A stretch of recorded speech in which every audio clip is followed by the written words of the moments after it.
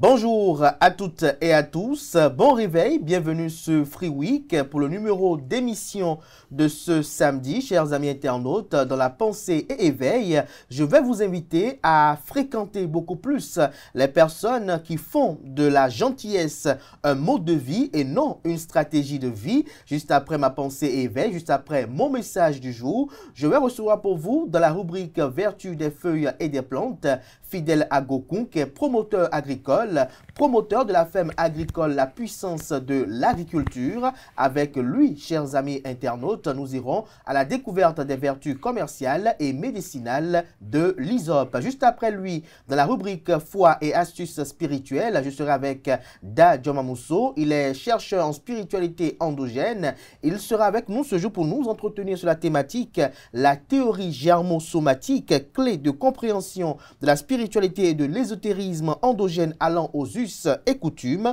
concept vaudou. Mais il aura bien évidemment, chers amis internautes, à nous parler de la sorcellerie, vecteur de la science. C'est un ouvrage qu'il a sorti très récemment, il nous en parlera. Et juste après lui, dans la tribune virale, vous aurez à suivre, chers amis internautes, notamment un panel de discussion, notamment sur les comportements à avoir lorsque l'on surprend son ou sa partenaire en situation d'adultère. Ce sera avec Antonia Dossa, qui est notamment prêtresse vaudou. Elle sera face à un autre dignitaire vaudou, notamment Runogan Papa Grado Metoche. Ce sera juste après notamment la rubrique Foi et astuces spirituelles. Et juste après cette rubrique, vous aurez à suivre le zapping de la semaine, une coproduction de Constantine Awandinou, de Francis Olafarami et de Quentin Amoussou. Et juste après notamment le zapping de la semaine, chers amis internautes, en fin d'émission, vous aurez à suivre dans la rubrique à l'écho de la diaspora, notamment des bénévoles de la diaspora qui sont acquis à la cause du parti politique Mouvement des élites engagées pour l'émancipation du Bénin Bénin, et ils opinent sur la candidature de Romuald Ouaddahi à l'élection présidentielle de 2026. Chers amis internautes, voilà la trame de Free Week de ce samedi 13 septembre de l'an 2025. Un petit coucou à toutes ces personnes qui soufflent une bougie de plus ce samedi. Joyeux anniversaire, que cette nouvelle bougie soit le point d'ancrage de la concrétisation de vos espérances les plus latentes et même au-delà de vos espérances. Juste après l'instant pub, on se retrouve pour la pensée et éveil.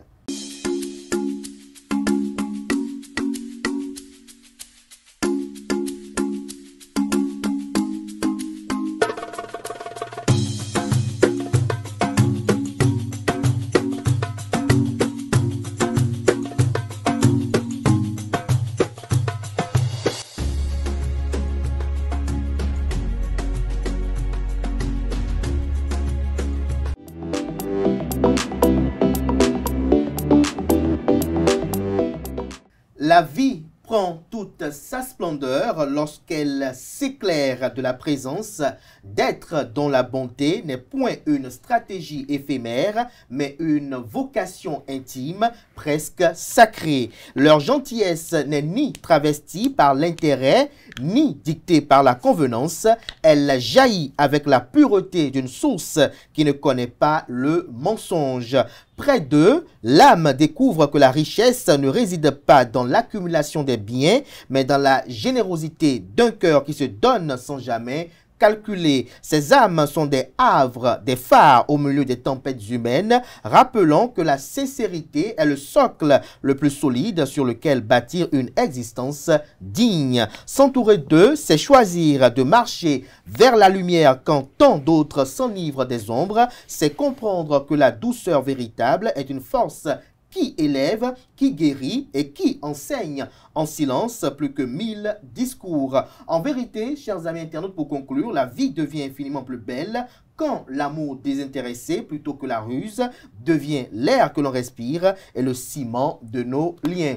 Chers amis internautes, j'ajouterai comme petit commentaire, c'est qu'il faut fréquenter des personnes qui sont de nature gentilles, pas des personnes qui, pour elles, la gentillesse est une stratégie, un mode de survie, notamment dans les interactions humaines, parce que lorsque la personne ne fait pas de la gentillesse son mode de vie intrinsèque, à un moment donné, vous avez l'illusion de traiter avec une personne qui vous estime, qui vous porte notamment en estime, alors que pour l'instant, ce sont les intérêts du moment qui vous sont partagés. Et dès que les intérêts ne seront plus en coexistence, vous allez tout de suite tomber des nues et vous serez choqué par cela. Et donc, faites attention à cela dans vos interactions humaines. Chers amis internautes, on retrouve juste après le jingle suivant, Fidèle Agokun, dans la rubrique « Vertu des feuilles et des plantes ».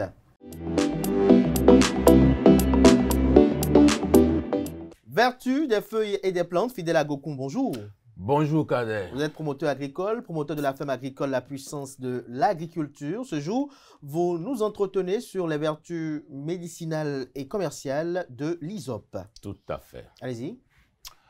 Bonjour pour cette nouvelle émission. Aujourd'hui, nous allons parler d'une plante naturelle, une plante de chez nous qu'on appelle l'hysope africaine ou le Neubuldia levis.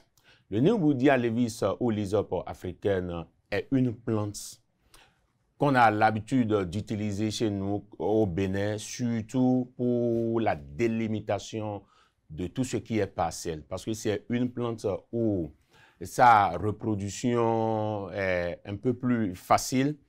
Et on fait la reproduction de cette plante par deux manières.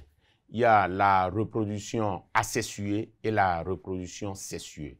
La reproduction asexuée, comment ça se fait, on le procède? Ça se fait par on le reproduit par les boutures.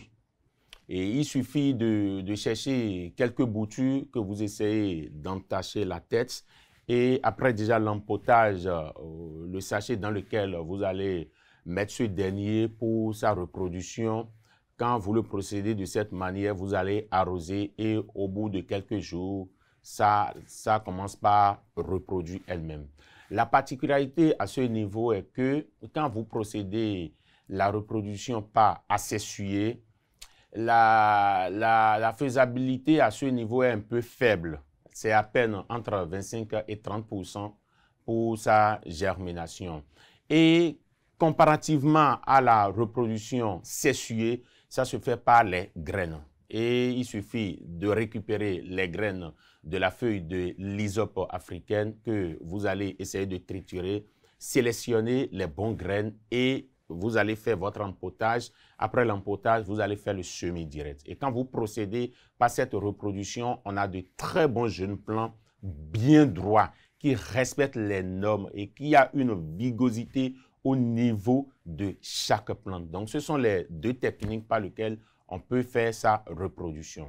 L'hysope africaine a beaucoup d'autres particularités. Nous allons le présenter et donner ses avantages sur le plan de la spiritualité et sur le plan médicinal. Si nous prenons cette plante sur le plan de la spiritualité, ça joue énormément beaucoup de rôles. Vous savez, chez nous au Bénin, chez nous en Afrique, on a beaucoup de rituels. Et quels que soient les types de rituels que les gens font, que ce soit les Bokono, les Vodounon, etc., ils utilisent beaucoup les feuilles de l'hysope. Ils utilisent par plusieurs manières ces feuilles de l'hysope. Si nous prenons... À travers plusieurs procédés, en quelque sorte. Oui, plusieurs procédés. La feuille de l'hysope, si vous voulez intégrer une nouvelle maison, qu'est-ce que vous allez faire? Il suffit de chercher les feuilles de l'hysope africaine que vous allez triturer. Et avant d'intégrer cette maison, vous allez essayer de purifier l'intérieur de cette maison. On fait ce procédé dans quelle optique? Dans le but d'évacuer tout ce qui est esprit mauvais, qui est déjà dans cette maison avant que vous voulez intégrer. Et quand vous procédez, vous allez essayer tout, avec cette technique, ça va éliminer tout ce qui est esprit mauvais, tout ce qui est on mauvaise va débarrasser onde, en fait des mauvais esprits, des mauvais esprits ondes. qui sont là. C'est l'utilisation de cette feuille dans cette nouvelle maison, ça éloigne beaucoup de choses. Mais à part cela, si vous êtes un commerçant, vous exercez une activité où à un niveau donné, tout est bloqué et vous vous posez beaucoup de questions. C'est simple, ce n'est pas si compliqué. Vous pouvez chercher les feuilles de l'hysope que vous allez triturer et quand vous triturez ce dernier, vous allez essayer de mettre un peu du sel dedans et vous allez se purifier, vous allez se doucher avec ce dernier. Tout ce qui vous bloque pour tout ce qui est de vos activités, quand vous faites cette purification, ça va vous sauver, ça va vous aider à ouvrir encore d'autres ondes, ça va vous aider à ouvrir encore d'autres portes. La feuille de l'hysope africaine, elle est vraiment magnifique parce qu'elle joue énormément beaucoup de rôles. Si ceux qui sont ceux qui ont les vaudounos en question, si je prends leur cas maintenant, il y a beaucoup de choses qu'ils font et grâce à cette feuille, les guérisseurs traditionnels, ils utilisent cette feuille pour jouer beaucoup de choses. Elle est très utile, très usitée. Donc la feuille de l'hysope, vraiment, c'est très intéressant. Sur le plan médicinal, si nous prenons la feuille de l'hysope, ça guérit aussi beaucoup de maladies. Par exemple, nous prenons quelqu'un qui souffre aujourd'hui qui est un enfant qui est anémié. Qu'est-ce que vous allez faire? Il suffit de chercher un peu les feuilles de l'hysope que vous allez triturer et vous allez ajouter un peu de lait et vous allez faire boire à cet enfant. Ça va l'aider à régulariser le taux normal du sang. Le manque de sang que l'enfant a, ça va l'aider à régler ce problème. Vous avez quelqu'un qui souffre les maux de ventre. Vous pouvez préparer les feuilles de l'hysope et apporter un verre à ce dernier avec un traitement d'une journée. Ça va l'aider à retrouver sa santé. Vous avez quelqu'un qui souffre de la toux aujourd'hui ou bien de l'asthme. Il suffit de préparer les feuilles de l'hysope et apporter un verre à ce dernier et il va suivre ce processus de traitement pendant 5 jours. Il va retrouver sa santé.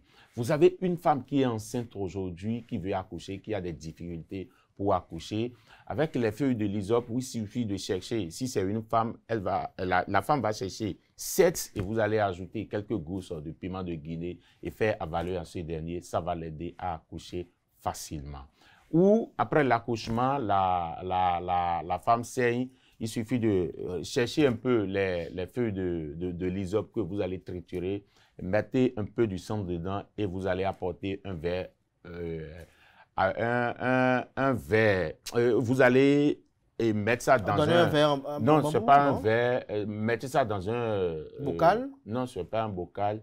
Et les cuillerées à soupe là. Ok, dans une cuillerée à soupe. Dans une cuillerée à soupe que vous allez apporter 1 ou 2 à la femme, ça va l'aider pour que le sang puisse s'arrêter.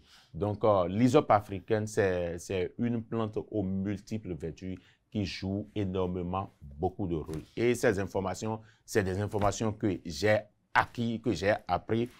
Parce qu'il y a beaucoup de gens aujourd'hui, quand vous parlez des vertus de la plante, ils vous confondent au vaudounon, au bokono et autres. Moi, je ne suis pas vaudounon, je ne suis pas bokono, je ne suis pas un maître marabout, je suis fidèle à Agokun, je suis le promoteur de l'entreprise La Puissance de l'Agriculture, je suis un pépinériste, je fais tout ce qui est de la production des jeunes plants. Donc, tous ceux qui sont intéressés et qui veulent nos acquis, nous sommes disponibles. Merci à vous, fidèle Agokun, pour ce moment d'échange sur la vertu médicinale et commerciale de l'hysope.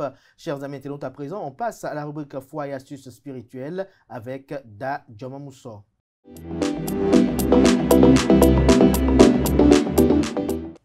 Foi et astuces spirituelles, Da Djomamousso, bonjour. Bonjour, mon cher Achirou. Merci d'être là ce matin. Ce jour, vous entretenez nos amis internautes sur la thématique, la théorie germosomatique, clé de compréhension de la spiritualité et de l'ésotérisme endogène, allant aux us et coutumes.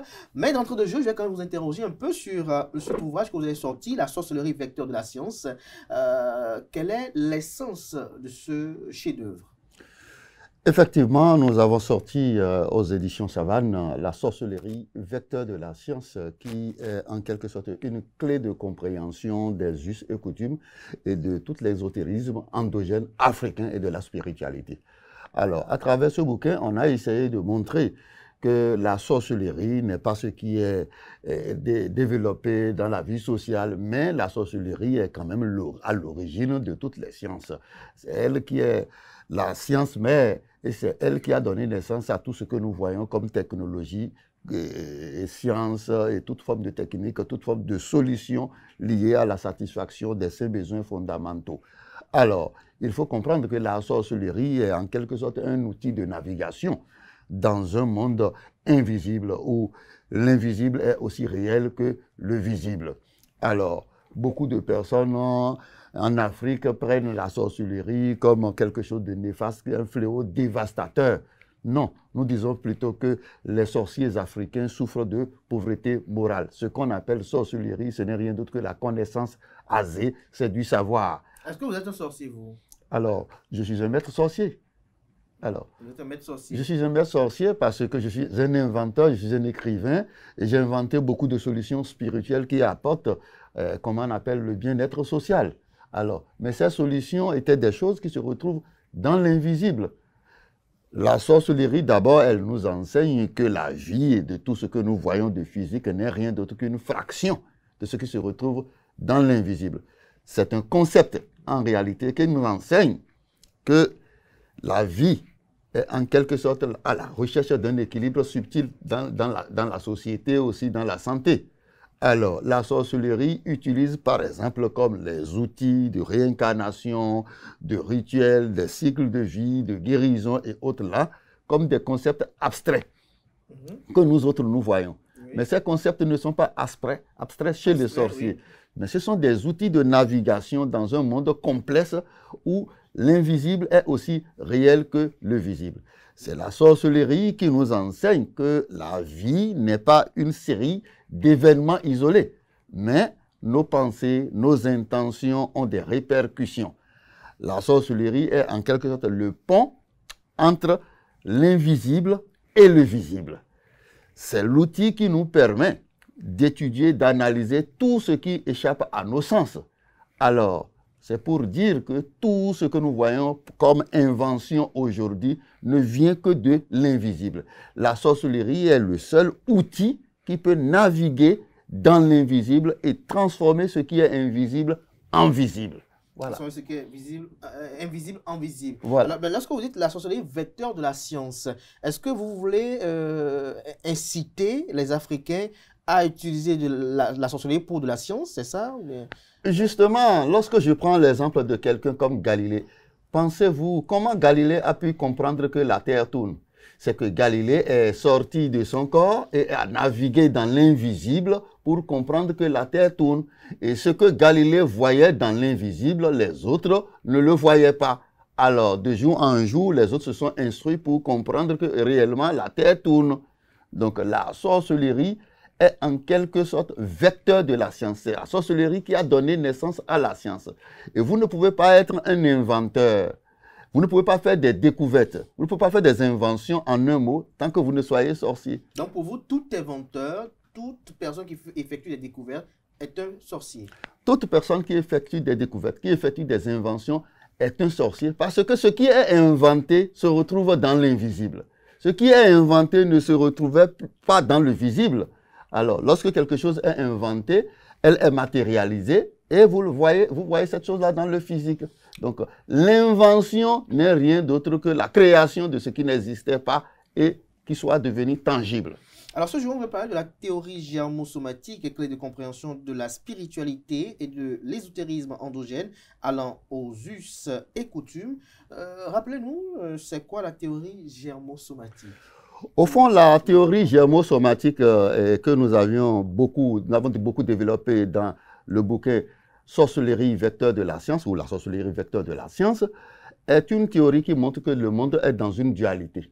Alors, et quand on parle de spiritualité, on parle des esprits. Alors, force est de comprendre qu'il y a des esprits mâles et des esprits femelles. mais l'esprit qui porte notre vie, qui est le programme soft de notre vie, qui est notre destin, c'est ça que nous appelons esprit germinal. Et cet esprit germinal-là transcrit notre vie en réalité. D'autre part, il y a les esprits femelles et tout ce que nous voyons comme déité, divinité, comme pratique rituelle que nous faisons, déclenche en quelque sorte une forme d'énergie qui doit aller vers l'être vivant à la recherche d'un équilibre. Reconnaissons d'abord que la santé, qu'elle soit clinique ou médicinale ou sociale, n'est qu'un équilibre subtil entre le corps, notre âme et les différentes formes d'esprit qui nous agressent. Alors, lorsque ce déséquilibre s'observe, alors systématiquement, nous tombons malades. Et tomber malade ne veut pas dire avoir les maux de tête, ne veut pas simplement dire avoir les maux de tête ou souffrir de l'insuffisance rénale ou autre là. La maladie est aussi toutes les formes de vicissitude de la vie, toutes les formes de déséquilibre social que nous pourrions avoir. Et notre vie a besoin d'énergie. Et cette énergie-là, c'est elle que les déités, les divinités peuvent nous apporter. Et c'est à la recherche de ces esprits que nous faisons de l'exotérisme, nous faisons de la spiritualité. Et c'est pour dire qu'en matière d'esprit somatique, toutes les déités, toutes les divinités qui nous côtoient, que nous sommes obligés d'approcher, qui ont besoin d'un réalignement, d'une harmonie avec nous, toutes ces divinités-là émettent une forme d'énergie. Et cette forme d'énergie est une énergie vitale dont nous avons besoin, qui nous manque, ou parfois qui est trop, et qui crée peut-être le déséquilibre en nous. Et ces énergies sont des énergies somatiques. Ces énergies sont des énergies qui proviennent des rituels, qui proviennent des hôtels de vaudou que nous avons installés. Voilà. Et c'est de cela qu'il s'agit. Et la maîtrise de ces esprits, c'est ce que nous appelons la théorie germosomatique. Elle de comprendre d'abord, une chose est de comprendre d'abord qu'il y a un esprit, qu'on appelle esprit germinal, qui est en nous, qui détient notre programme de vie, qui va transcrire toutes nos réalités, tout notre destin en pratique. Et dans l'expression, durant l'expression de cet esprit germinal, des pannes peuvent survenir. Et ces pannes ont besoin d'une autre forme d'énergie qui est de l'esprit somatique, qui apporte cette énergie-là, un peu comme du glucose dont a besoin notre organisme. Et cette forme d'énergie est transportée vers les humains par l'énergie somatique que nous appelons esprit somatique. Partant de cette explication, nous allons venir sur le vaudou pour expliquer pourquoi le vaudou est porteur de grâce, pourquoi le vaudou peut être à vertu médicinale, pourquoi le vaudou peut soigner des pathologies sociales et tout ça. Alors, oui. Constatons d'abord que le vaudou est un ensemble de concepts philosophiques, de savoir, d'enseignement, d'accord, qui apportent de la grâce aux humains. Pour vous, c'est quelle définition du vaudou vous faites comme ça? C'est une définition spirito-scientifique déjà. Spirito-scientifique. Voilà. Le vaudou est un concept philosophique fait d'enseignement, de savoir, alors, et qui débouche sur une religion. Alors, cette religion n'apporte que de grâce aux humains. Mais cette grâce-là, comment elle est apportée? Aux yeux des Africains, vaudou, c'est l'énergie vitale qui peut régler tous les problèmes du monde. Lorsque nous prenons par exemple le christianisme. Le christianisme est un concept religieux qui permet aux gens de se connecter à Dieu ou régler des problèmes. Et les principes qu'il faut adopter pour bénéficier de cette grâce-là sont inscrits dans un document qu'on appelle la Bible. Il y a un prophète autour duquel le christianisme est créé, qui est Jésus-Christ. S'identifie. De la même manière, l'islam est comme ça.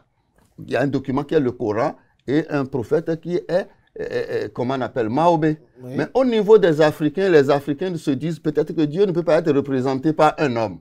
Ils se sont dit que non, Dieu ne peut qu'être représenté par des éléments de la nature. Des autels? Les autels, quand nous parlons des autels, le vaudou en matière d'autel est constitué de 4 choses.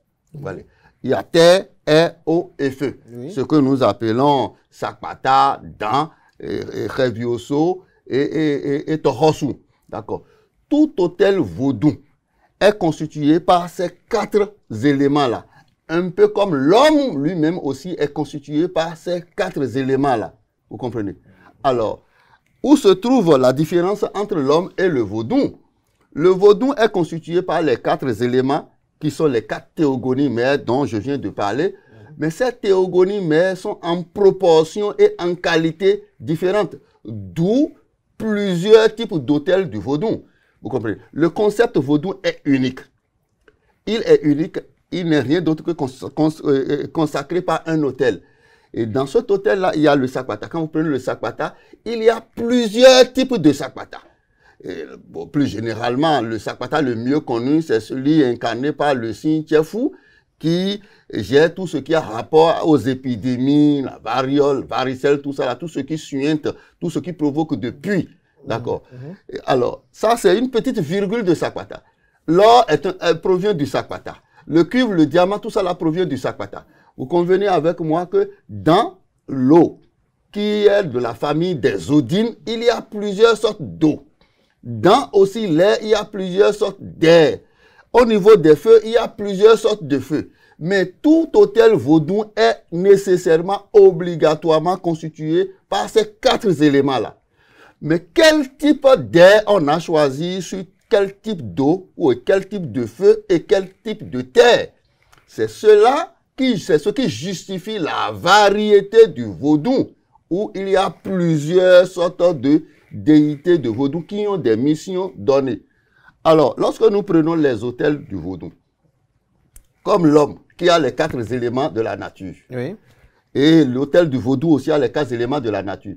Mais le vaudou, lui, autour de lui se trouvent des esprits. En l'homme, il y a un esprit germinal. Et cet esprit germinal est le programme de vie de l'homme en réalité. Mais sur le vaudou, lorsque les 4 éléments qu'on a mis ensemble vont se mettre ensemble, chacun de ces 4 éléments-là a une vertu. D'accord? Et c'est de cette vertu-là qu'il est question en matière de vaudou, cette vertu qui est de l'énergie somatique. Et cette forme d'énergie somatique, il faut lui donner d'ordre. Et l'ordre qu'il faut lui donner, qu'est-ce qui serait l'enregistreur, le réceptacle de l'ordre? C'est l'esprit germinal. Et cet esprit germinal provient d'où? Ça provient des animaux que nous abattons sur la déité, sur l'autel vaudou. Et lorsque nous disons nous abattons des animaux sur l'autel vaudou, nous abattons d'êtres vivants sur l'autel du vaudou. Ça peut être... Ce sont les animaux que vous qualifiez d'êtres vivants. Oui, mais c'est des êtres vivants. Tout à fait. D'accord. Oui, oui, les plantes aussi sont des êtres vivants. Il y a des autels du vaudou qui ne consomment pas, par exemple, du sang. D'accord. Et qui consomment de la sève d'animaux. Par exemple, le vaudou, on prend du gros, non? Dans le gros, il y a les sèves. Et c'est dans cette sève-là se trouve l'esprit germinal du gros. D'accord. Et lorsque nous mettons, par exemple, sur l'autel du vaudou, un animal qu'on abat là-dessus, il y a 2 principes qui vont sur le vaudou. Premier principe, c'est le sang, qui est une matière qui comporte d'éléments magnétiques. Et quand je parle d'éléments magnétiques, entre le sang et l'esprit germinal, c'est 2 entités, 2 choses qui s'attirent. Donc, le sang peut être une matière juste qui permet de retenir l'esprit germinal sur la déité vaudou. Maintenant, il y a l'esprit germinal même du vaudou. Lorsque l'animal meurt sur le vaudou, alors son esprit germinal qui a comme aptitude d'enregistrer des vœux et de les transcrire en réalité. C'est pourquoi d'abord, dans nous, en l'humain, il y a un esprit germinal, il y a une âme. Parce que l'esprit germinal plus de sang s'appelle âme. Et dans l'âme, il y a le programme de vie de la personne. Et c'est l'esprit germinal qui est dans le sang et qui s'appelle âme, qui comporte des informations sur le destin de la vie de l'individu. Lorsque vous tuez un animal sur la déité vaudou, le sang se dépose sur le vaudou et l'esprit germinal de l'animal se dépose sur le vaudou. De telle enseigne que lorsqu'une personne s'approche de la déité vaudou et demande des grâces, c'est l'esprit germinal qui enregistre les grâces et les vœux, les souhaits que l'individu dépose sur le vaudou. Alors, l'autel du vaudou va déclencher une énergie qui sera de l'énergie somatique. Mais cette énergie somatique irait en fonction des paroles qu'on a déposées sur le vaudou. Et là, il faut comprendre. Mais pourquoi on doit aller vers le vaudou? On va vers le vaudou parce qu'on a un déséquilibre social. On est à la recherche de solutions. On est à la recherche de solutions. Et j'avais déjà expliqué au début que la santé n'est pas une absence de maladie. Mais la santé, c'est un équilibre subtil entre le corps, notre âme et les esprits somatiques qui viennent nous accueillir. Lorsqu'il y a un disproportionnement, lorsqu'il y a un déséquilibre dans ces trois systèmes, un désalignement dans ces trois systèmes, nous tombons malades. Et la maladie, ça peut être clinique ou sociale. C'est pourquoi nous disons, en matière de vaudou et de sorcellerie, la guérison n'est rien d'autre qu'une recherche d'équilibre, en quelque sorte, entre le corps, l'âme et l'esprit. Et ça nous amène à dire, la guérison est une danse entre l'invisible et le visible. Parce que l'individu qui s'approche du vaudou peut s'appeler à danser. Il peut s'appeler à faire des rituels. Mais ces rituels-là, il les fait à la recherche d'une forme d'énergie qui sera déclenchée du vaudou pour combler un manque chez lui ou bien pour dissoudre un trop-plein chez vous. Le manque chez l'individu peut être une maladie clinique qui peut l'amener à l'hôpital. Le manque peut être quoi? Ou le trop-plein peut être un déséquilibre de l'individu qui devient un divorcé de la collectivité. C'est-à-dire, s'il est devenu un divorcé de la collectivité... Il se détache de la famille, c'est ça? Non, justement. Et quand on dit la guérison, c'est une danse entre l'individu et le collectif, c'est que tout le monde mange avec la main. Et ça, c'est ce que fait tout le collectif. D'accord? Mais lui mange avec le pied. Donc, c'est qu'il y a un déséquilibre, un dysfonctionnement qui le conduit à adopter cette attitude-là. Un dysfonctionnement. Un dysfonctionnement. Oui. La guérison peut être aussi la recherche d'équilibre entre l'individu et le cosmos. Et quand je dis entre l'individu et le cosmos, la personne peut devenir en déphasage avec le cosmos. Et être en déphasage avec le cosmos, c'est un déséquilibre d'énergie vitale que une déité peut apporter ou peut dissoudre, qui peut provoquer ça. C'est-à-dire au moment où il fait tellement chaud et tout le monde est en débardeur, c'est en ce temps que le monsieur porte 3 pilovers. Ou bien il fait tellement frais, d'accord, et tout le monde se met en costume et on porte, comment on appelle, des toges et autres, mais lui, il est nuit. Ça veut dire que... Le fait de se comporter à l'opposé de la norme. Il est de façon anormale. Voilà, il est en déséquilibre. Et toutes ces formes de... J'ai parlé de 3 déséquilibres. L'individu même peut avoir des déséquilibres en son propre sens. C'est ça qui est la maladie, la santé que nous recherchons. Mais lorsque quelqu'un s'approche de la déité vaudou, c'est à la recherche de cet équilibre-là. Équilibre financier, ça peut être sanitaire. Ça peut être mais que ce soit sanitaire, que ce soit financier, c'est toujours énergétique. Parce que c'est un peu comme dans l'organisme de l'être vivant. Quel que soit le besoin de repas que nous mangeons, ce repas sera digéré, sera transformé en glucose. D'accord, qui est le dénominateur commun de tous les repas. De la même manière, au niveau de la déité vaudou, toutes les formes de divinité que nous voyons, cette divinité déclenche de l'énergie somatique. Et cette énergie somatique est vitale. Et l'organisme en a besoin pour s'équilibrer, pour permettre à l'individu de se retrouver dans son équilibre. Et lorsque vous allez, par exemple, dans le bouquin « La sorcellerie, vecteur de la science », ce bouquin vous permet d'abord de maîtriser l'esprit. L'esprit n'est pas seulement un concept abstrait, mais c'était une énergie vitale qui s'exprime à travers notre corps et nos actes quotidiens. Ouais. Donc, à travers ce bouquin, vous allez comprendre réellement de quoi s'agit-il l'esprit somatique, qui représente toutes les formes de divinité, toutes les formes de déité auxquelles nous cherchons à nous aligner. On cherche à créer l'harmonie entre soi et la déité, juste parce que la déité peut émettre des énergies dont nous avons besoin pour équilibrer peut-être notre vie sociale, pour équilibrer notre vie sanitaire, comme la déité peut avoir pour rôle, d'accord, de vous pousser à dissoudre le trop-plein d'énergie qui se retrouve en vous afin que vous ayez l'équilibre vital. Tout à l'heure, vous avez employé plusieurs fois le mot somatique. Somatique. Pour ceux qui ne comprennent pas correctement, c'est quoi somatique? Somatique, c'est toutes les formes de cellules. Bon, lorsque nous faisons allusion aux cellules du corps, aux cellules qui font des manifestations corporelles sur notre corps, ces cellules sont constituées de soma. Et quand on dit quelque chose est soma, c'est que la chose est éphémère, elle peut accomplir une mission d'ici à là et disparaître et se dégénérer. D'accord. Mais ce qui est germinal est quelque chose qui porte le matériel génétique. Alors, le matériel génétique physique, ce n'est pas de ça il s'agit ici. Il s'agit du matériel génétique spirituel.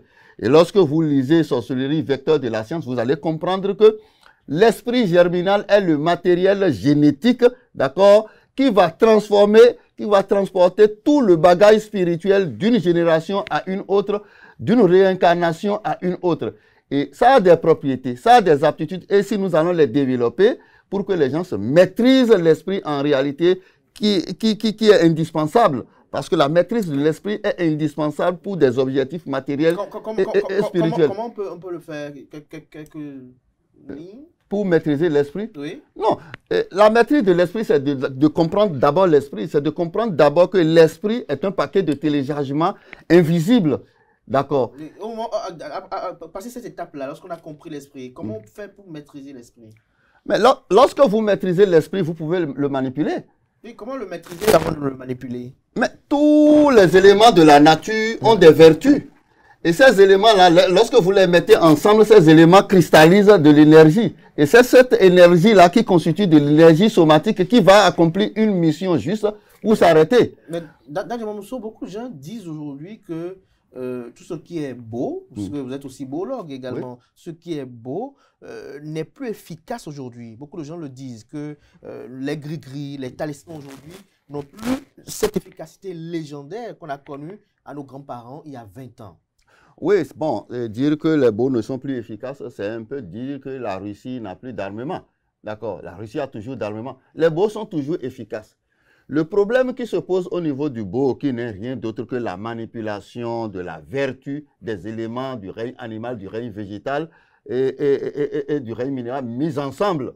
Alors, ce qui fait que les beaux ne sont plus efficaces aujourd'hui, c'est quoi? C'est qu'il faut maîtriser d'abord l'élément du règne animal, ou l'élément du règne végétal, ou l'élément du règne minéral qu'on veut utiliser. Quelle est sa vertu? La paresse aujourd'hui, c'est que les gens ne n'aiment plus lire. Les gens ne n'aiment plus fouiller.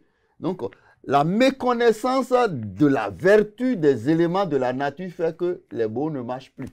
Oui, mais parfois, certains disent qu'ils ont hérité de leur père, tel guerrier ou tel beau a été hérité de son père. Justement, le monsieur a hérité, oui, par exemple... Donc, pratiquement, il doit avoir la même formule ou bien le père a donné sans donner la totalité de la formule? Justement, il y a souvent... Vous savez, notre culture est faite d'oralité.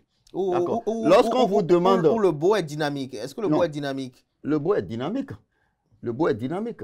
Lorsque vous utilisez les feuilles du vernonia, ce que nous appelons amavivae, d'accord, pour l'intégrer dans un beau, et vous aviez écrit seulement feuilles de vernonia.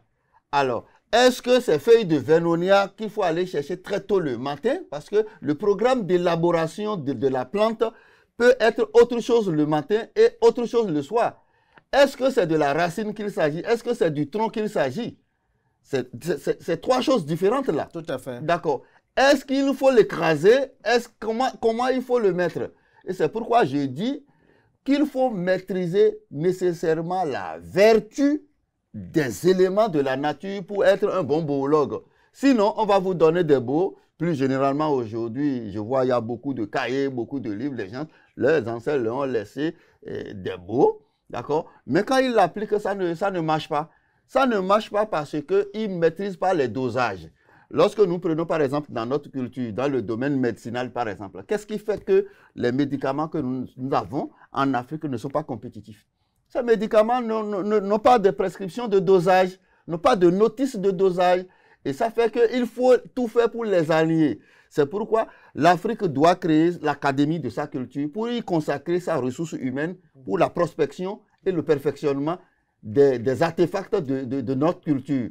Et c'est de cela qu'il est question. Et c'est ce faisant que nous pourrions aller au développement.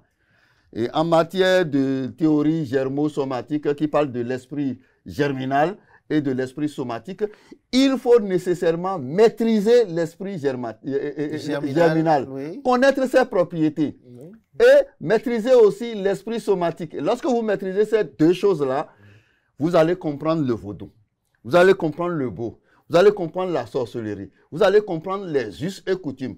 J'ai expliqué la fois dernière pourquoi il faut couper les ongles et les cheveux pour amener, et quand la personne ne peut pas être amenée de très loin pour être enterrée. Tout à fait. Et pourquoi le vaudou non? dense?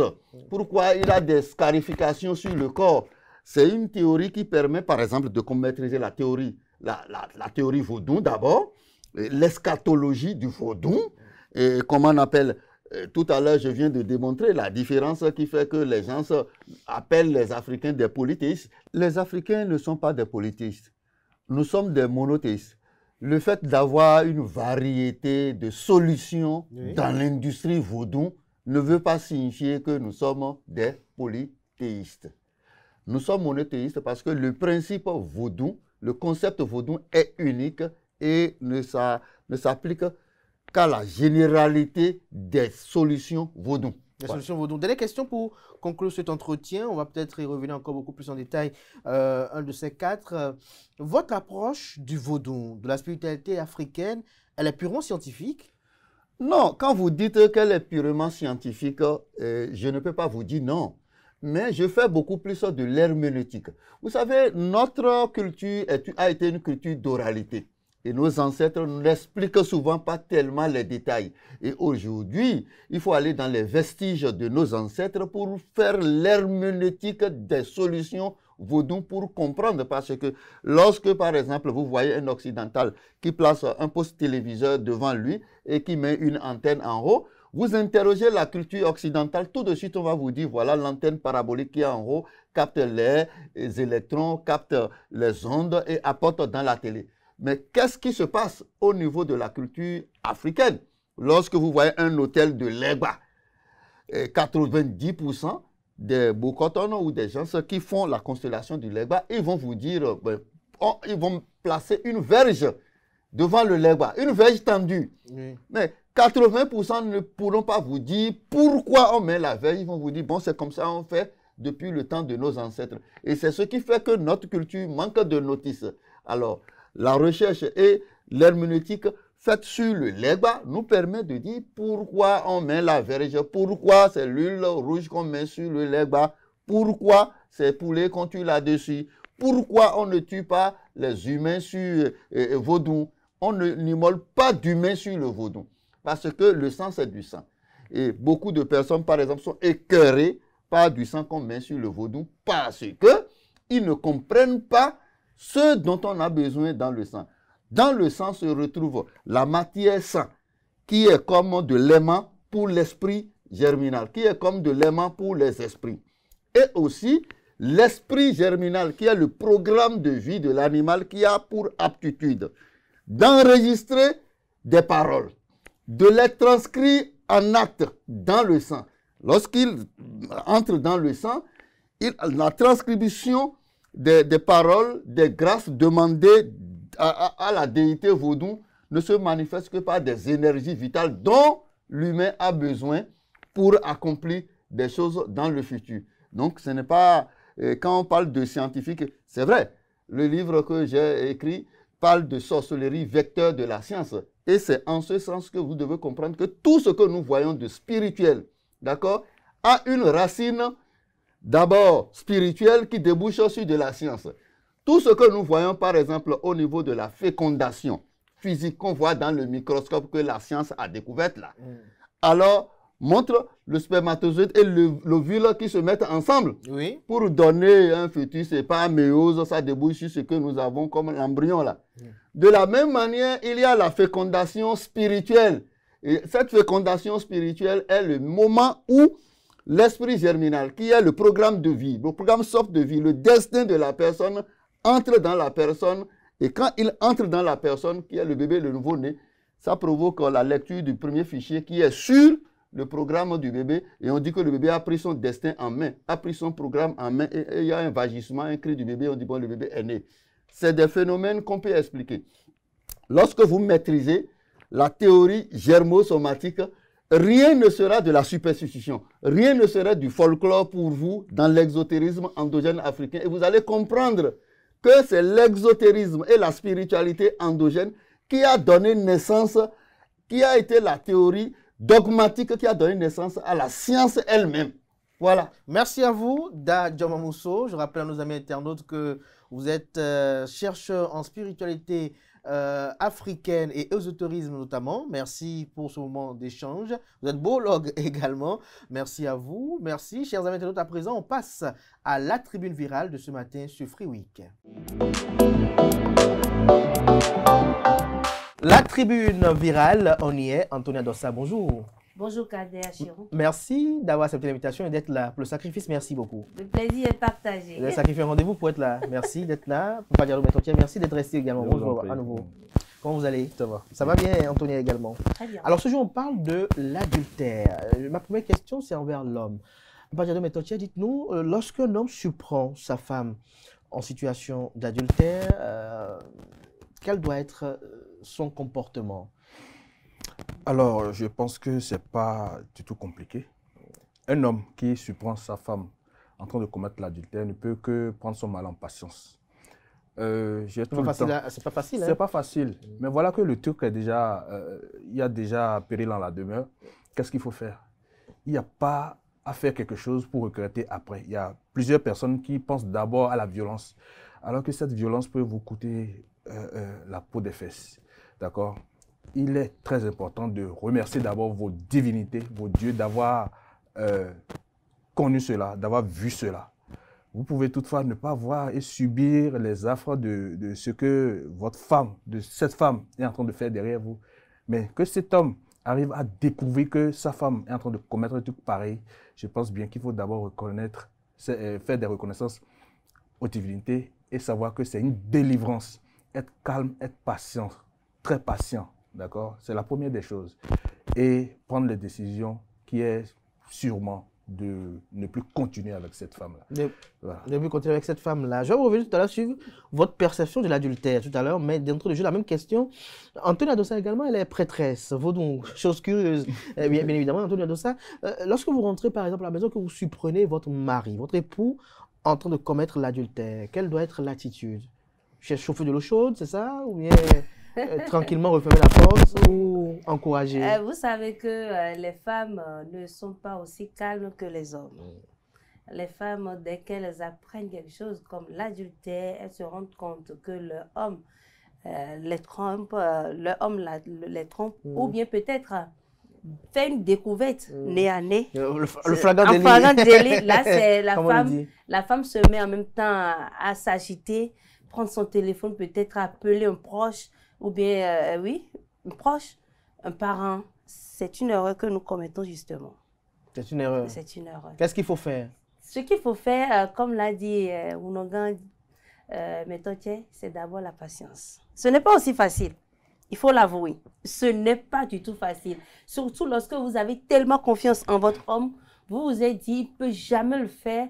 Il est tellement, vous êtes très sûr de lui et vous découvrez cela. Et encore, quel genre d'adultère? Quel genre d'adultère?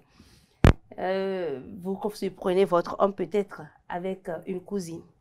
Ça fait encore très mal. Avec la domestique, avec une amie à vous. La domestique, elle est là pour entretenir la maison, peut-être. Ouais. Mais ce n'est pas c'est pas une raison pour aller en intimité avec cette personne. Entre la domestique et la cousine, vous préférez qui? Non, aucune. Entre la domestique et votre meilleure amie, vous préférez qui? Aucune. Vous ne préférez pas en toute honnêteté? Je préfère que ce soit toute autre personne. On choisit toujours le moins de mal. Non, en fait. Entre la domestique et la domestique, vous allez vous fâcher. Vous la préférez, n'est-ce pas? Vous allez vous fâcher, la domestique partira. Mais si votre homme préfère cette personne, sachez que c'est mal parti pour vous. Donc, très souvent, lorsqu'on s'enflamme, on commence par injurier l'homme. Lorsqu'on pense mettre le tort totalement sur l'homme, et vous savez, les hommes sont bizarres.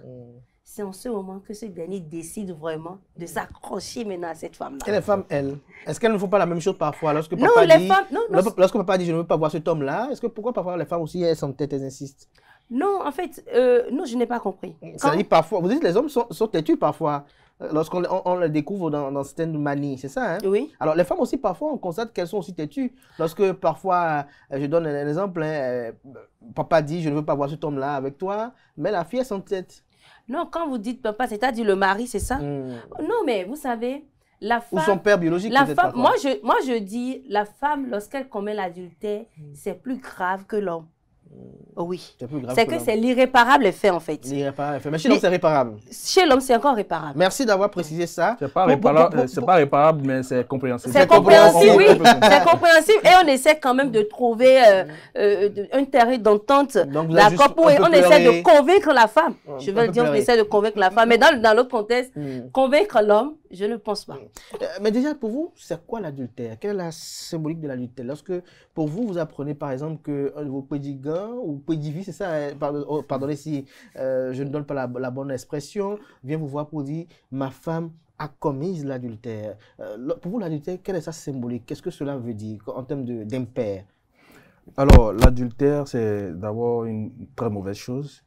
Et mon pédicant qui vient vers moi me dit, voilà, ma femme a fait un truc pareil.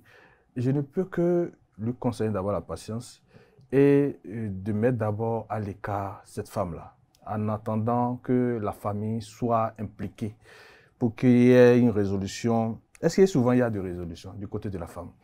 Je ne pense pas. Mais du côté de l'homme, il peut y avoir entente. Et par exemple, dans la tradition vaudou, parfois on dit on lave les pieds. Non, jamais, jamais. Dans Vaudou, là, il n'y a pas ça. C'est quoi? C'est dans le tronc qu'il n'y a pas ça? Non, dans Vaudou, il n'y a pas ça. Dans Vaudou, il n'y a pas ça. Mais dans les familles, dans les collectivités. dans les collectivités, voilà, ok. hein, par exemple, chez moi, dans ma il n'y a pas ça. Ça ne se fait pas. Lorsque tu fais un truc pareil, tu rentres chez tes parents et puis ça, là, Tu sais ta place. Voilà. Mais il y a dans certaines collectivités, eux, ils arrivent à laver les pieds, ils croient qu'il faut habiller les formes et tout ça, un truc pareil. Donc, Oui, ça dépend. C'est comprendre un peu que l'homme est fautif parfois. On peut commettre des erreurs. Non, ça ne se passe pas. Souvent, là, ce n'est pas chez les hommes, la folklore, là, ce n'est pas l'homme, c'est souvent chez les femmes. Oui, justement. Parce que l'homme a la capacité de végéter dans la polygamie, mais la femme pas dans la polyandrie. Hein. Donc, ce n'est pas encore accepté chez nous. Lorsque vous êtes un homme et que vous amenez une autre femme dans le lit conjugal, comment ça peut se C'est pas trop bien, au fait. Sur le plan spirituel, amener une autre femme dans le lit conjugal, c'est un signe d'éclatement spirituel dans le sens où vous allez constater à l'avenir qu'il n'y aura plus l'harmonie. Le lit conjugal est sacré. Hein? Nous n'allons pas encourager les hommes à aller commettre l'adultère, mais lorsqu'ils vont se sentir dans le besoin d'aller expérimenter d'autres goûts ailleurs, il est important d'aller faire ça ailleurs. D'aller faire ça ailleurs. Et non dans le lit conjugal. Dans le lit conjugal. Voilà. Antoine Adossa, pour vous, quelle est la symbolique de l'adultère? D'abord, moi, je dis simplement l'adultère est une très mauvaise chose. D'accord? Nous n'allons jamais encourager cela. Il y a différentes formes d'adultère. Ce n'est pas seulement aller en intimité. Ce n'est pas être dans le lit avec un homme, être dans le lit avec une femme qui suffit seulement aller commettre l'adultère. En ce qui concerne la femme, par exemple, à partir du moment où tu prends de l'argent, tu es marié et tu vas prendre de l'argent sur un autre homme, c'est que tu as commis l'adultère. Sur un autre homme qui vous courtise ou Qui bien... vous courtise, voilà. Voilà, je pense que c'est... Oui. Voilà, Oui. un homme qui vous courtise, c'est que vous avez déjà commis l'adultère. Lorsque vous avez un enfant et que vous sortez de la rue, vous êtes dans la rue, vous trouvez rencontrer un homme qui vous a courtisé, qui veut vous donner de l'argent, vous êtes avec votre enfant, c'est mieux que ce monsieur remette de l'argent à votre enfant. C'est-à-dire, le monsieur a donné l'argent à votre enfant, mais pas à vous. En acceptant. Mais si vous êtes devenus des amis... Justement, c'est pourquoi on dit qu'une femme qui vit maritalement n'a pas d'amis. Oui, il faut éviter cela. Surtout que c'est un S, il faut éviter carrément parce que les sentiments renaissent. Le bois qui a déjà brûlé une fois peut facilement faire le feu. Voilà, peut facilement faire le feu. Donc, il faut éviter cela, il faut éviter. Et les sentiments renaissent très vite. Et mieux, lorsque vous avez des petits problèmes, ça ne manque pas dans le couple. Dans les couples, il y a des moments où tout est bon, on se pose la question, mais qu'est-ce qui se passe dans le couple? Et c'est à votre S que vous allez vous confier. Ce monsieur-ci, il va profiter de cette faille-là. S'il vous désire encore, ou s'il a encore d'autres intentions, attendez, là, c'est que vous lui avez laissé un tapis rouge. Il va simplement en profiter. Et là, vous allez vous plonger dans les regrets. Vous pouvez beau le faire en cachette, mais un jour, ça se découvrira. Ça va se découvrir. Et mieux, oui. Quand on parle aussi de l'adultère, j'ai donné un exemple de fait de prendre de l'argent.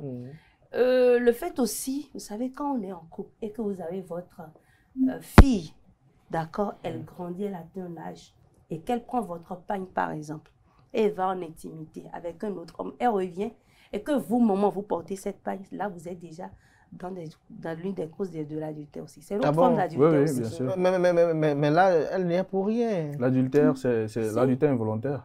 C'est involontaire. Et ça sévit. Et ce Inconscient. n'est qu'après, après des consultations, Approfondies, hein, encore. approfondies, parce que la femme dira, je n'ai absolument rien fait, mais qu'est-ce qui se passe? C'est peut-être elle est indisposée, elle est malade, et on n'arrive pas à guérir une maladie incurable. Et c'est là maintenant des consultations, suite à des consultations approfondies, comme l'a dit Rounogan, ce n'est que là qu'on découvre que voilà, il y a eu telle chose qui s'est passée. C'est pourquoi on parle aujourd'hui d'adultère. Quand on parle aussi d'adultère, aujourd'hui, nous avons nos téléphones et tout. Lorsque vous écrivez, vous échangez avec un homme, d'accord, c'est que vous commettez déjà l'adultère. Quoi? Oui, juste, si. Juste bonjour. Un homme avec qui, Juste un bonjour, homme qui quand vous même. désire, Il faut- un homme il faut qui quand vous même désire. qu'elle échange avec Un homme qui vous désire, quoi? Ah, ok, échanger avec un homme qui vous désire. Ok. d'accord, un homme qui vous a fait des avances et vous acceptez, vous échangez avec cet homme-là, vous acceptez des cadeaux, vous acceptez des stickers de cœur et tout de cet homme-là, c'est que vous êtes en train de commettre l'adultère. Aujourd'hui, nous jeunes, hein, je me mets dedans, nous jeunes, on pense que nous sommes à l'aide de la modernité et on doit tout accepter à la légère. Mais la tradition demeure la tradition. Donc, Nous avons nos réalités africaines. Nous avons nos réalités. Au Bénin, quand on parle de l'adultère, ne commettez pas cette erreur. Ne commettez pas cette erreur. Chère dame. Mais il y a quand même une chose. On parle de l'adultère, on condamne le fait, mais il faut aller à la source. Papa Diado Mentortier, pour vous, quels sont les fondements de l'adultère? Qu'est-ce qui peut conduire une femme à l'adultère ou un homme à l'adultère? Alors, j'ai souvent l'habitude de dire que l'homme ne commet pas l'adultère. Il va chercher des renseignements dehors. Là, c'est pour couvrir les lèvres. Non, je n'encouragerai aucun homme d'aller chercher une autre femme ailleurs. Oui. Mais si vous le dites ici, c'est que vous amenez les femmes à aller, les hommes à aller vers. Non. Au fait, Vous encouragez en griffe, en fait. Non, j'ai souvent l'habitude de dire... Est-ce qu'il encourage? J'encourage. Il reconnaît peut-être juste que les hommes peuvent. Voilà. Au fait, je ne vais jamais encourager un homme à aller sortir une autre femme et tout ça. Un homme. Vous allez l'encourager à aller prendre des informations ailleurs. Voilà. À aller s'appliquer ailleurs. Lorsque vous avez une épouse, une femme à la maison, et que vous avez déjà fait un certain nombre d'années ensemble, mais il faut aller chercher la perfection.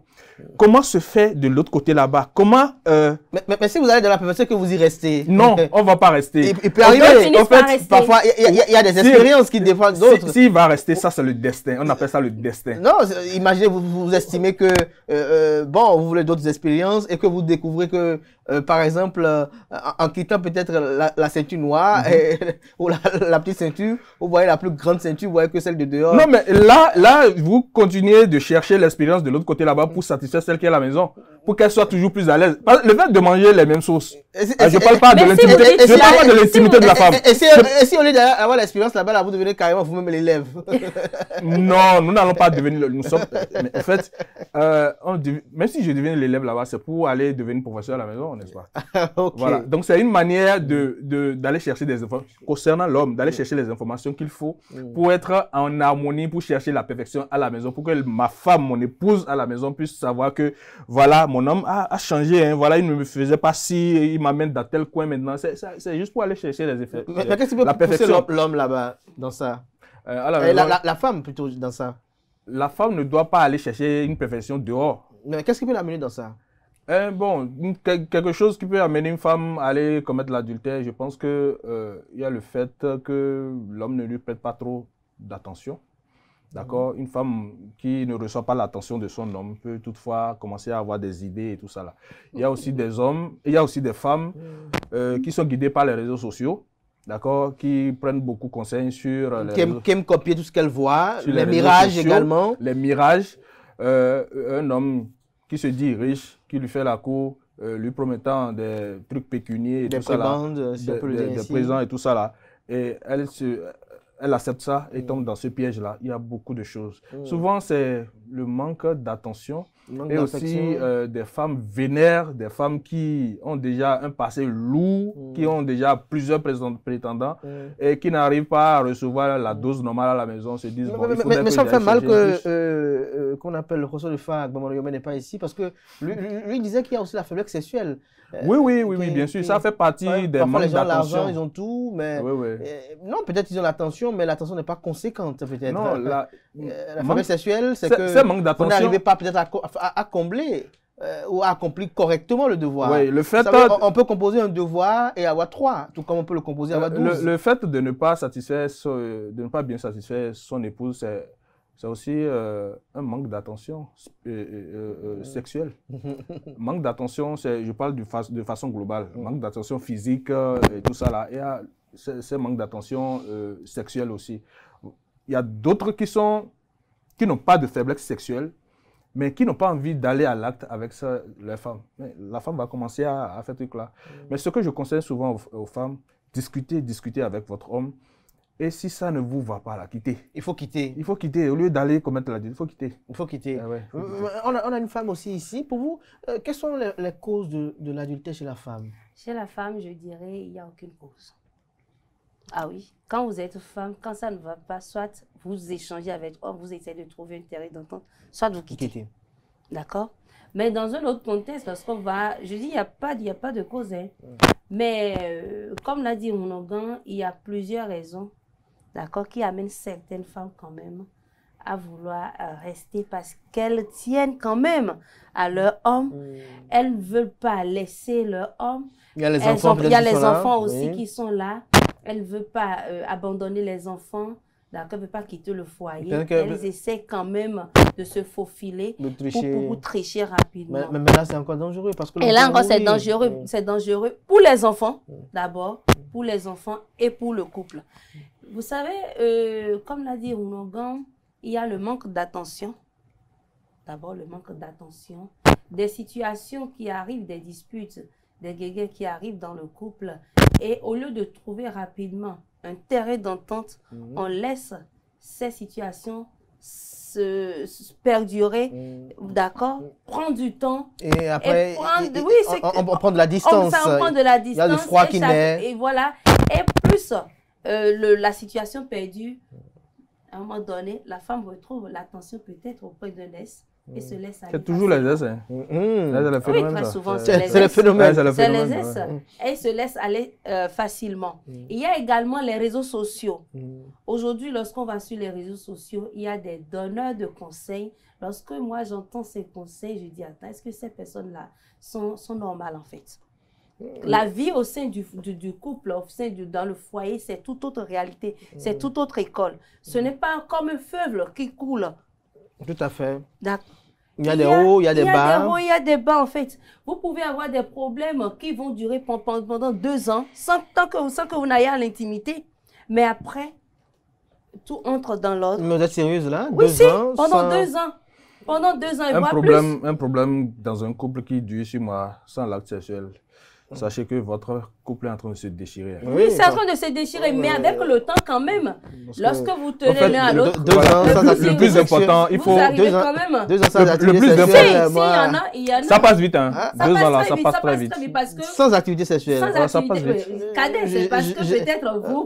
J'aimerais avoir des témoins quand même pour voir. Moi, je peux dire que je suis témoin par exemple. D'accord. J'aimerais qu'on me fasse venir cette personne-là qui est cette preuve vivante de cet exploit.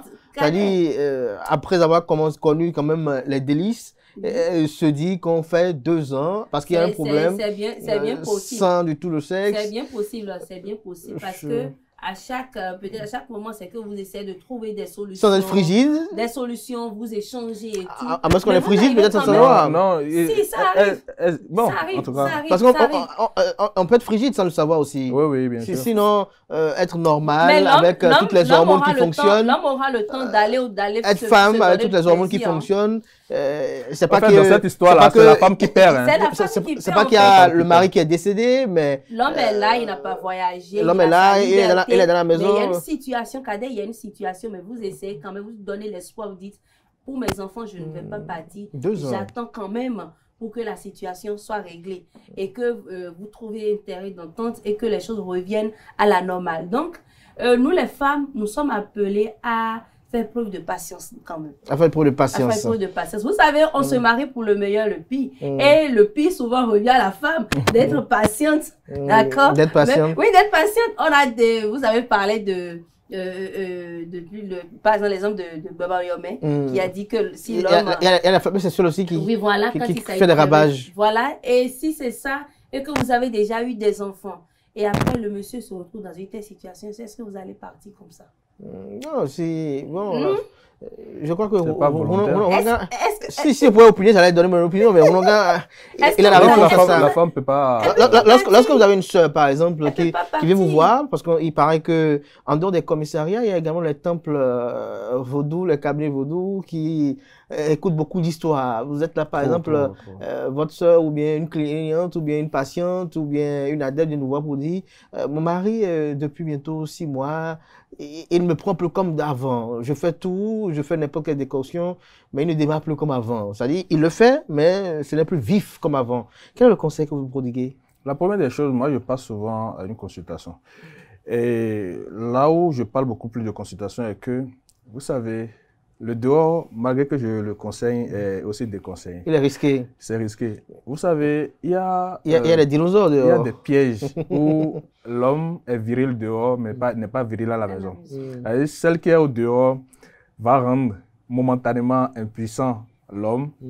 Et lorsque l'homme va chez sa femme, c'est mort là-bas, mais chez l'autre dehors, c'est des trucs là. Donc c'est celle qui est au dehors qui aurait fait des trucs là pour essayer de mettre cette truc là dans le couple. Vice versa, il y a aussi des femmes qui sont dans la maison qui font ça aussi pour les hommes, pour que dehors qui ne font pas un truc là. Donc il faut d'abord chercher le pourquoi du pourquoi spirituellement pour voir si c'est un truc médicinal ou c'est un truc normal. Maintenant, si ça rentre dans le côté médicinal, il faut d'abord calmer la femme. La femme, c'est un être vraiment bizarre qui arrive à se recadrer au moment où il n'y a pas urgence. Lorsque cette femme sait que mon homme n'était pas comme ça et que c'est quelque chose qui est apparu comme ça, mais il ne faut pas du jour au lendemain dire bon, moi je ne vais pas rester dans ça et tout ça là, non. Je vais toutefois satisfaire mon corps, non. Lorsqu'il va se retrouver aussi dans un autre côté, il pourra encore en souffrir. Il n'a qu'à rester et supporter. Ça, ce n'est pas volontaire du côté de l'homme en question. Mais il y a aussi le cas où si la femme, elle est très jeune, c'est là que c'est un peu compliqué. Mais si la femme a déjà un âge donné, qu'est-ce qu'elle va encore chercher dehors, se satisfaire? Alors qu'aujourd'hui, je vous assure, il y a des choses qui donnent beaucoup plus des envies, plus que le truc naturel. Les sex toys, c'est ça? Rounoga ne parle pas trop de ces trucs-là. Les envies sexuelles, quand même, les envies sexuelles, beaucoup sensibles aujourd'hui. Voilà. Beaucoup de femmes sensibles. Mais est-ce que ça, c'est pas aussi une autre commission de l'adultère? Non. Oui, parce que lorsque je sens que mon rival est dans le tiroir. Non. Je vous explique. Oui, parce que lorsque la femme est habituée à ces sex toys-là qui ont un débit parfois époustouflant et terrifiant, et qu'après, lorsque je viens, elle trouve que je ne suis pas assez conséquent. Non, l'utilisation excessive des sex toys, c'est pas bon. C'est même écrit dans les notices là, c'est pas trop bon. Laissez en toute chose nuire à la santé. Oui, voilà. C'est comme l'alcool, on dit. Voilà. Et le tabac, mais pourtant, maintenant, quand on commence une fois, 2 fois, lorsqu'on parle d'adultère, nous parlons beaucoup addictif. Plus voilà, du contact humain et nous parlons beaucoup plus de l'énergie que l'autre dégage par rapport à l'autre. D'accord? Nous parlons d'une autre famille, d'une autre énergie qui vient en contact avec une autre énergie. Maintenant, du côté des instruments, est-ce qu'un instrument a une énergie? Je ne pense pas. C'est des plastiques, ça n'a pas d'énergie. Certaines personnes même conseillent encore au sein du couple, si l'homme on se donne, c'est que vous essayez quand même avec ça. Ça, c'est purement intime. C'est purement intime. Voilà. Mais il y a une question également que je vais vous poser. Il y a des rumeurs qui le disent, d'autres même le confirment, parfois à visage découvert, que parfois la femme qui commet l'adultère peut aller voir des prêtresses ou des dignitaires pour quand même cacher ce mauvais acte qu'elle a commis sans que son mari s'en rende compte. Et elle peut le faire même en toute impunité.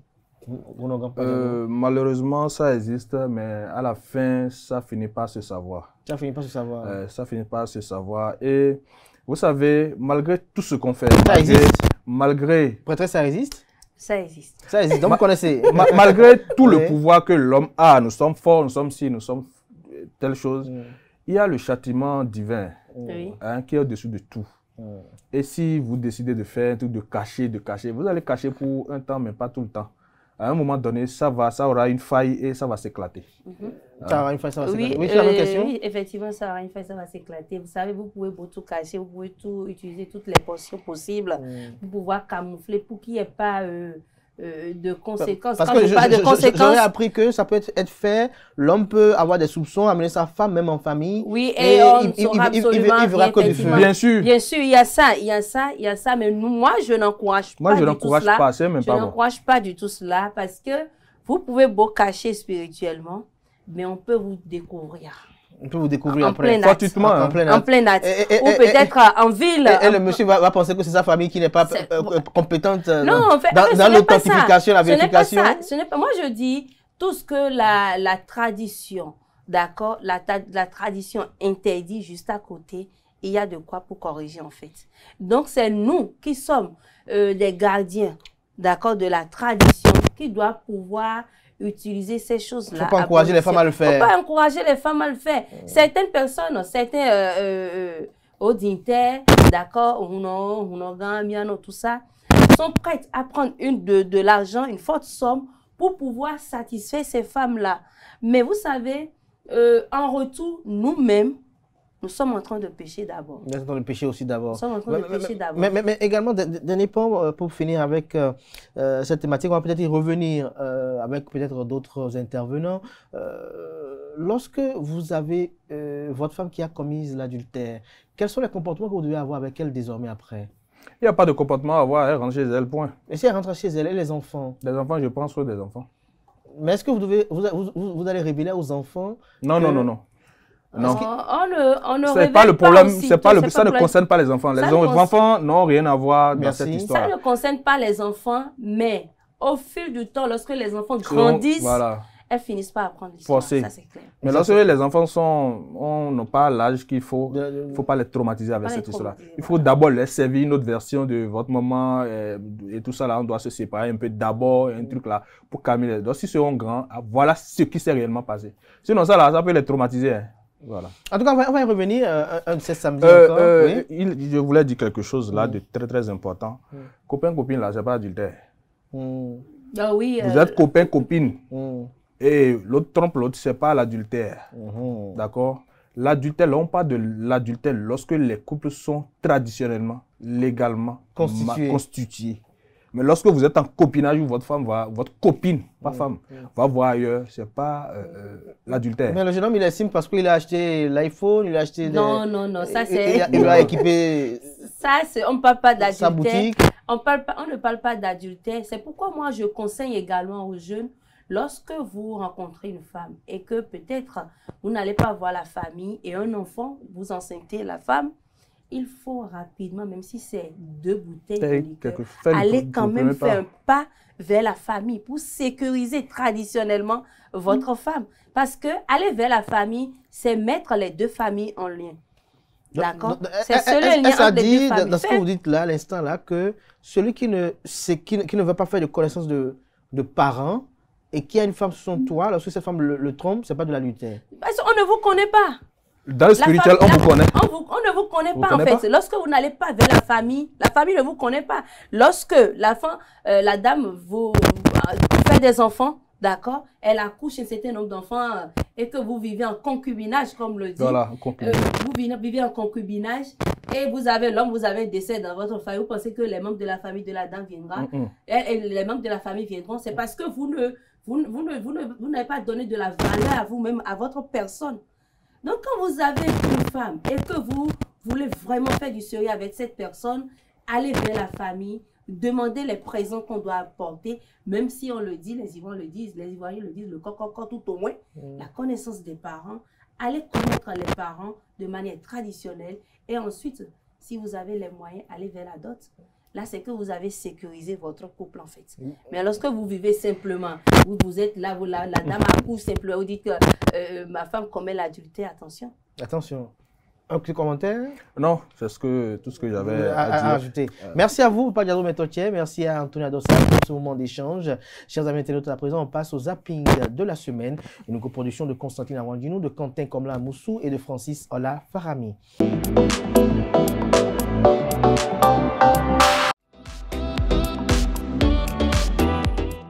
D'accord. Quelle est la capitale économique du Bénin? C'est Porto-Novo.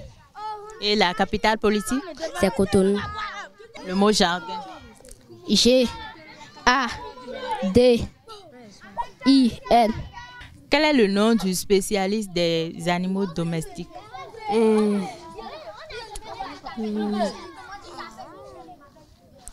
Quelle est la capitale économique du Bénin?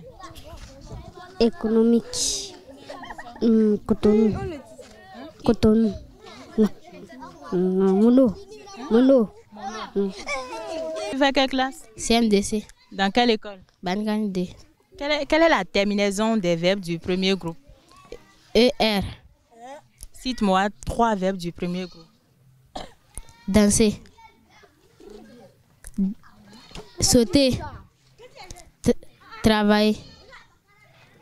Combien d'auxiliaires existent-ils en français? 2. Lesquels? Avoir et être. Alors, conjugue-moi l'auxiliaire avoir à l'imparfait. J'avais. J'aurais. Tu auras. Il aura. Nous aurons. Vous aurez. Ils auront. Liberté tant plus Sénat, sanctifié, monsieur de l'Europe, et enfant du Bénin debout. Là, jadis à son appel, nos aïeux, sans Chers amis internautes, juste après notamment le zapping de la semaine, on ira à l'écoute de nos amis de la diaspora. On va les suivre notamment, ces Béninois vivant à l'étranger, acquis à la cause du parti politique Mouvement des élites engagées pour l'émancipation du Bénin et Bénin, qui se prononce sur la candidature de Romuald Ouadaï à l'élection présidentielle de 2026. Je pense que la proposition de candidature pour la succession naturelle du président Patrice Talon en la personne du ministre d'État Romuald Ouadaï est légitime et nous rend fiers parce que déjà il faut le souligner, c'est un produit de la diaspora béninoise qui met en évidence ce que j'ai l'habitude de dire depuis toujours, c'est-à-dire que les Béninois de l'extérieur, quel que soit leur profil, sont une ressource pour l'État béninois. C'est-à-dire qu'au-delà des Western Union, des MoneyGram, des mobile money que nous envoyons, nous avons là-dedans. Nous sommes capables d'apporter ce que nous avons appris, l'expertise que nous acquérons chez les autres, et mettre en pratique chez nous. Pas faire du copier-coller, parce que là, vous avez dû constater, ce n'était pas du copier-coller, mais c'était du copier-adapté. Et donc, dans un premier temps, il incarne une fierté pour la diaspora béninoise.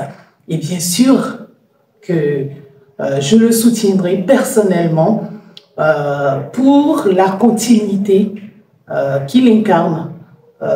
Parce que nous avons vu depuis 90 et bien avant même comment à chaque fois le Bénin repartait à zéro à chaque fois et nous ne pouvons plus nous permettre ce luxe. Ça nous a coûté trop cher, donc il faudrait quelqu'un qui soit en mesure de pouvoir perpétuer ce que nous avons acquis et il incarne parfaitement donc la diaspora béninoise est prête à l'accompagner. La diaspora béninoise est prête à pouvoir suivre ses pas et pouvoir investir également en énergie au niveau du Bénin. Donc voilà un petit peu ce que je puis dire. Donc Son Excellence, le ministre d'État, nous sommes fiers de vous et je suis sûre que votre candidature, comme on l'a vu sur les réseaux et un petit peu entendu un peu partout, est déjà validée. Donc, à nous la victoire. la continuité sans faille du nouveau départ après cette rupture historique de 2016? Non, depuis ici, on ne voit que d'un bon œil ce choix, parce que ça fait le choix de la jeunesse, le choix de la continuité de bonnes actions et puis de ces dynamiques enclenchées par le président Talon depuis quelques années. Et donc nous, on soutient avec force et détermination ce choix. Et même si les élections ne sont pas encore passées, si nous le soutenons, c'est parce que nous y croyons vraiment. Parce qu'avec cette jeunesse qui va prendre le pouvoir, dans la dynamique du président Talon, on espère que notre pays avancera encore davantage.